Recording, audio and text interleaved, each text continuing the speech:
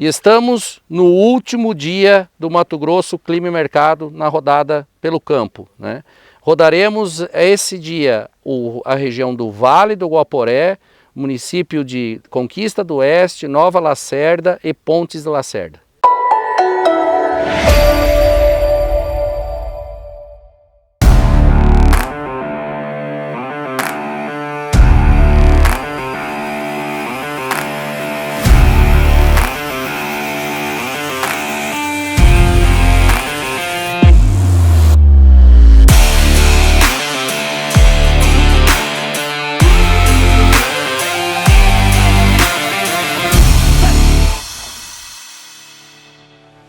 E chegamos ao fim da rodada no campo do Mato Grosso Clima e Mercado.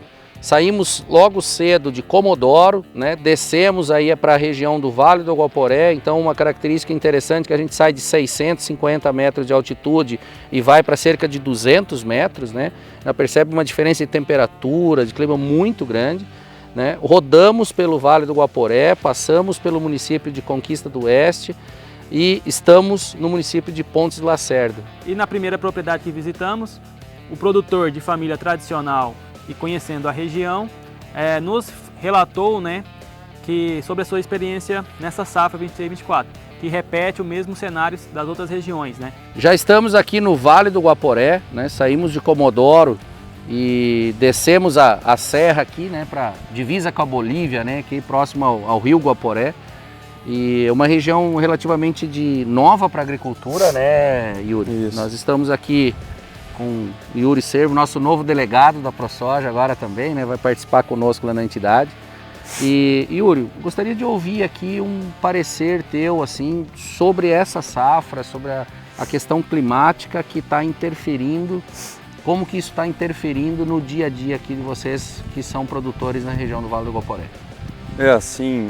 Comparando desde o primeiro ano que a gente começou a plantar aqui, a gente começou em 2019, a safra 19/20. Uhum. Com certeza é o ano mais complicado em relação ao clima. A gente sofreu no período da seca. Lógico que teve uma antecipação de janela. Aqui no Guaporé, geralmente o pessoal começava a plantar em novembro, há muitos anos atrás, quem plantava já mais antigamente. Uhum. Só que foi se antecipando porque tinha chuva para você começar um plantio antes, para tentar pensar numa segunda safra, num milho. Uhum. E aí o pessoal, inclusive a gente, começou a tentar viabilizar esse início de plantio mais cedo. Só que, infelizmente, a chuva ela veio em agosto. O ano passado choveu bastante, né? Uhum. O ano passado ela se manteve, até nos períodos mais secos deu algumas chuvas, só que daí já ali em setembro simplesmente cessou. Cortou, a chuva cortou. E aí nós recebemos, acho que uma chuva, plantamos nessa primeira chuva, foi uma chuva boa, tinha um acumulado de agosto ali, e aí foi dar em torno de 90 milímetros, a gente plantou, e assim, foi chuva, literalmente, foi só nos finais de semana. Deu uma chuva, essa chuva que a gente plantou, levou 7 dias, deu outra chuva de 20 milímetros, sempre diminuindo. Depois outro final de semana, 15, e assim foi até dar um período de seca. O período de seca começou ali no início de outubro. Uhum. E pegou 23 dias de seca, então assim, nunca tinha visto um intervalo tão longo de seca aqui no Vale do Guaporé. Ainda mais nesses períodos, já pegando novembro. Ele estimulou outubro, um plantio, digamos, inicial plantio numa época interessante. Isso. E aí depois veio esse veranico prejudicando. Exatamente. E isso já te dá um cenário aí de uma perspectiva de produtividade menor. Sim, com certeza.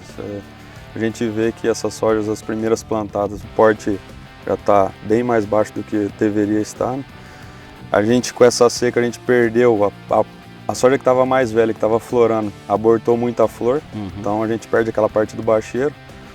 E a soja mais nova, você percebia, por exemplo, os anos anteriores, igual ano passado, a planta com 3, 4 trifólia ainda tinha o cotilédone. Estava o cotilédone até verde. Sim.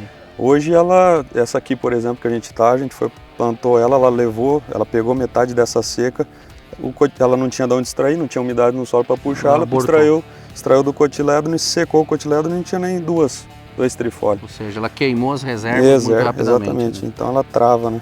E tu comentou né, que vocês foram desenvolvendo uma expectativa para a safrinha aqui com o decorrer dos anos, né? E para essa safra, tua perspectiva para a segunda safra? Então, o planejamento, quando a gente começou a cotar os produtos, a pensar na soja, já pensando na safrinha, era manter a mesma área do ano passado, que foi 1.200 hectares, que foi mais ou menos a metade da nossa área, 50%. Só que a gente foi acompanhando, comprou uma parte só, que daria 20%, fechou e até pegou um adubo um pouquinho mais, só que foi acompanhando e foi vendo que não estava desenvolvendo o plantio de soja, não estava desenvolvendo, então a gente cessou, não comprou mais semente, ficou nos 20% e vai ser provavelmente que a gente vai tentar plantar. Agora, se ainda vai conseguir, porque assim, não sabemos como é que vai ser o ciclo na frente. Aqui no Vale do Guaporé, especificamente, a chuva cessa, corta mais cedo, né? Então, sim, aí é um outro problema. Já baixa a expectativa de fazer safrinha. Exatamente.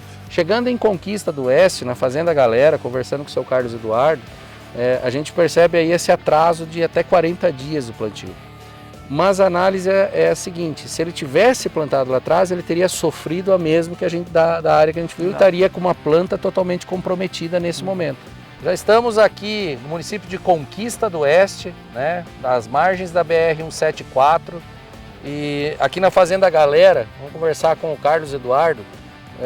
Carlos, passa um panorama geral da safra de vocês aqui com essa perspectiva climática, né? Olha, é um ano desafiador, muito atraso, não tivemos chuvas para começar o plantio, sempre começamos dia 10 de outubro e esse ano viemos a começar o plantio aqui dia 22 de novembro.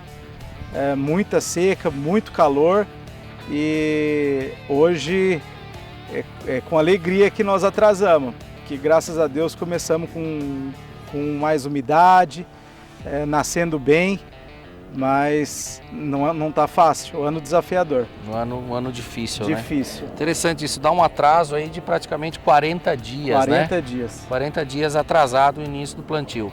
Que nem tu falou, às vezes foi até positivo, porque tu evitou de plantar lá no início e enfrentar aquele veranico terrível que veio, né? Uhum. Mas isso aí tem um efeito que a gente tem, uma interferência na cultura da soja, né? Como que está a previsão de vocês para a produtividade dessa safra?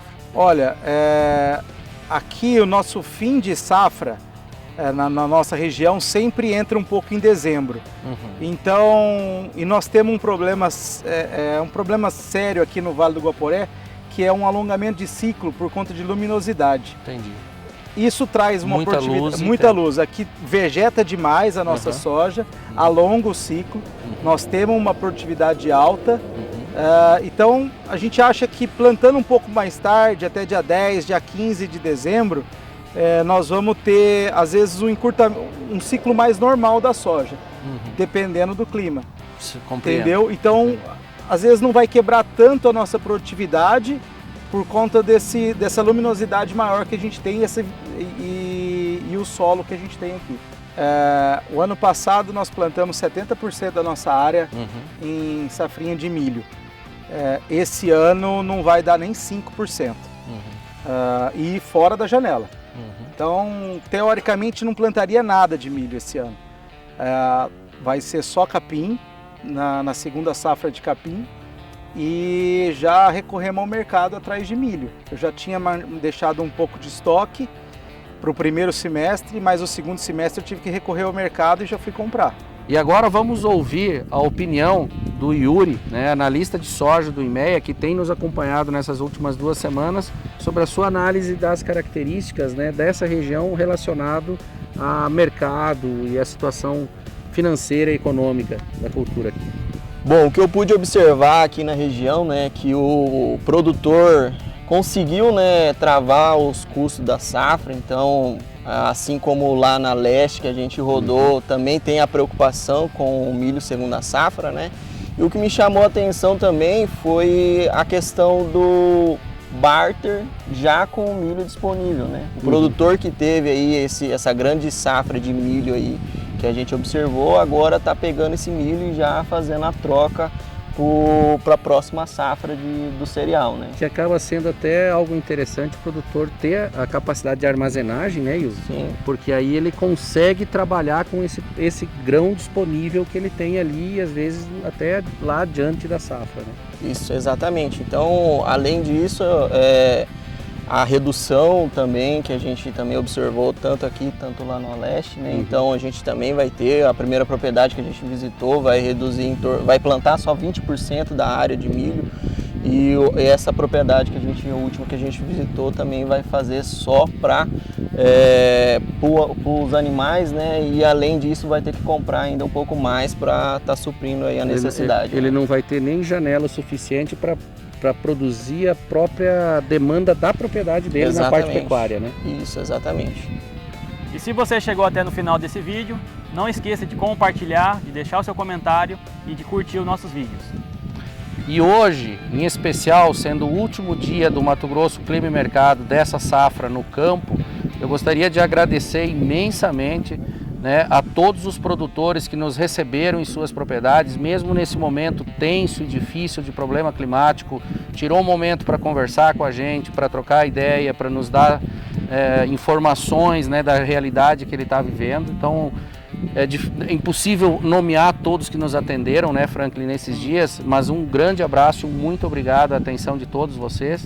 Também a todos aqueles que nos acompanharam nas redes sociais, que mandaram mensagens de incentivo, que mandaram sugestões de pontos de melhoria, também os que fizeram as críticas, porque as críticas também nos ajudam a melhorar o nosso trabalho a cada momento, aos colegas, né, da ProSoja que estão distribuídos por todo o estado, que nos deram suporte, quando a gente já chegava na cidade já estava agendado, já estava organizado, então tudo isso facilita e auxilia para que a gente consiga cada vez mais trazer informações mais rápido, mais precisas e atender aquilo que é o motivo de existência da ProSoja, que é o associado. Muito obrigado a todos e conte sempre com a ProSoja Mato Grosso.